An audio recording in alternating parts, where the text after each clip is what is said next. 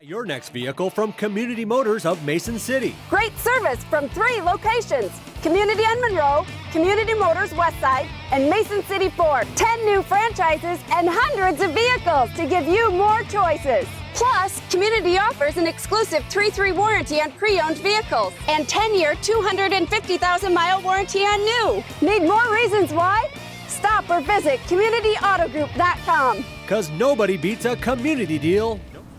Well, number 4 is the flood buyout update. And we have Ms. Sandoval here this evening.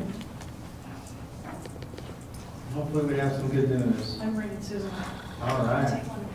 We're going to have Ms. Murtis here as well. Yes, my partner in crime. And I'm very glad that she was here. That was a very close call. We all are. Especially the people when she hands over magic checks. What we're passing out is a more detailed summary of what we've done with the buyout. And I just want to hit some of the highlights of where we're at. The reason that we're doing it tonight, I want to turn this into a Blue Zone thing, so I want everybody put your hands in the air. Go woo! On tonight's agenda, you've got the deed for the last acquisitions. That's why we're doing this. So we're getting there.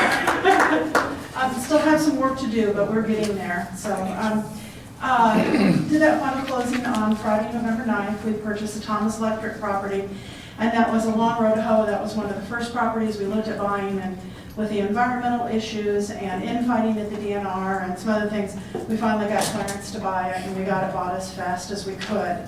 Although the acquisition is finished, we're still continuing to work on the demolition. We don't expect that the project will be completed and the books closed until the winter of 2014 or 2015. That is primarily due to the historic preservation work that we have to do. So we will get things torn down before then.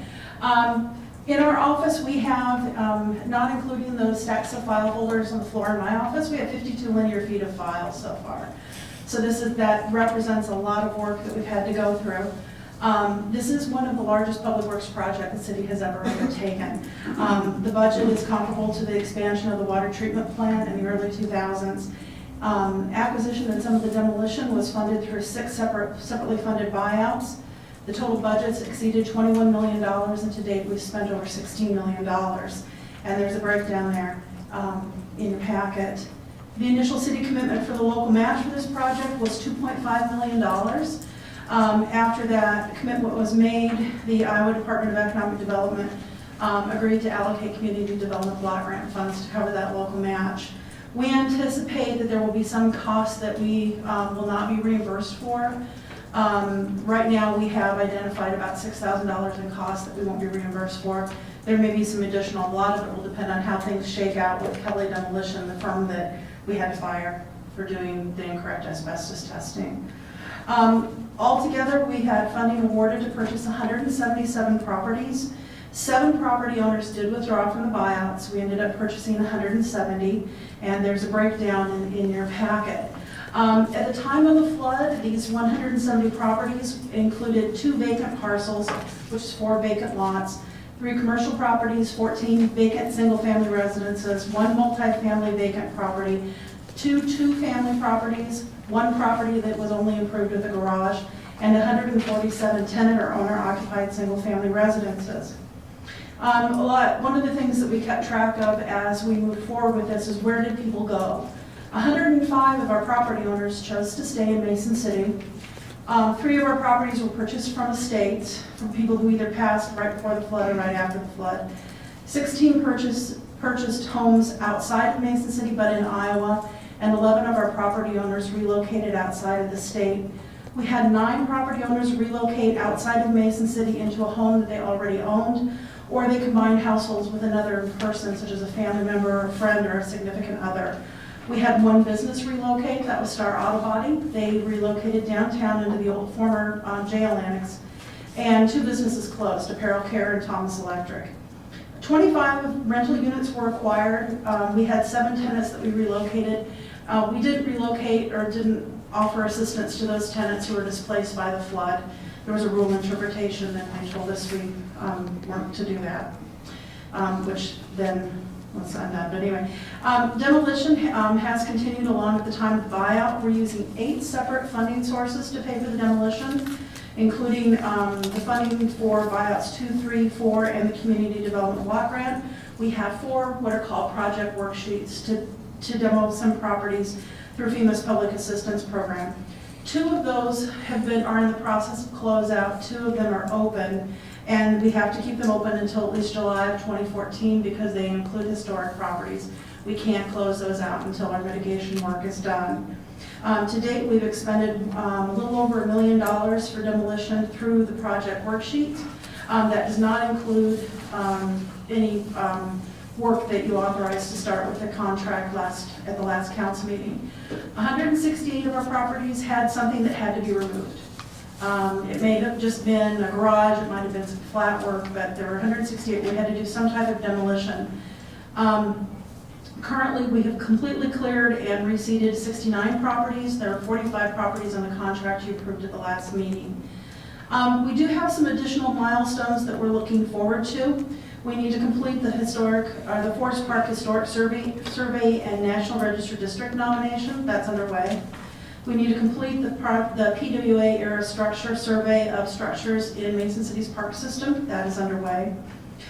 We need to solicit proposals and complete the East Park Place Historic District Narrative and Oral History Project. We've received right around $100,000 from the Iowa Economic Development Authority to complete that. We need to issue the request for proposals for relocation of the Egg Loft House. We had that ready to go, and FEMA asked us to redo it. The request for proposals for 10 historic FEMA-funded houses also needs to be redone for the same reasons. And then once the oral history is done, we will auction off 17 historic houses acquired with CDBG funds. 15 of those are in the Oak Park neighborhood, and 2 of them are in the Meadowbrook neighborhood. We also need to complete the moving guide and best practices manual for post-flood structural relocation. This will become part of FEMA's mitigation library, will be used by other communities at the request of FEMA and the State Historic Preservation Office. So other communities that are facing the same issue that we are can try to save their historic resources in a post-disaster situation. If we are unable to move the Egg Loft House and the house is demolished, we'll construct a kiosk on the side of the house with some information panels that convey the history and the significance of the house and the flood. We have benefited and learned from and enjoyed partnerships throughout the community as we've continued with this. As far as our salvage of demolition is concerned, we had a garage that was relocated to Ray Rorick Park, and that's what's being used as the warming house today, the ice skating rink. We have a garage that will be moving across the street to the Norris Youth Softball Complex. There's a small portion of the complex that is not in the floodplain. We're moving a garage there so they can use it for equipment storage. It's the most attractive garage in buyout, so all the guys tell me, and there's some people who are disgruntled, but they'll get over it. Just a few weeks ago, we salvaged some bricks from one of our houses, and they were reused at the Highland Golf Course. The operations and maintenance staff created a plant refuge for us on 14th Street Northeast. We've worked with the gardeners of North Iowa to relocate plants that would be destroyed during demolition. And we've also relocated plants to East Park, here to the library, to the Stebbins Children's Theater, Dustin Colby Park, and we'll be relocating some plants to the Habitat for Humanity facility. Habitat has salvaged from approximately 20 properties so far. Their ability to salvage has been limited because we had some houses that were too severely damaged to salvage from. They've salvaged items from landscaping brick to intact garages. When they go into a house that's going to be demolished, I believe it goes so far as to strip metal out of the walls to sell for income to support their activities. And we've had some demolition contractors who have salvaged items and recycled materials when it's been appropriate. We did have one garage that was sold by the contractor and repurposed it into an artist studio. There's some long-range benefits for the city. We've converted 28 acres of developed land into a beneficial floodplain that will help limit damage and floods. We don't have to have services going into these areas anymore. Over time, the green space will contribute to increased property values for the property owners that are adjacent to the greenway as it matures. And it appears we're probably going to do that for a very affordable price. So I want to thank you for all your support. We'll still be back to budget for stuff. Yeah, thank you guys for all the work. You're doing a great job. So, any questions?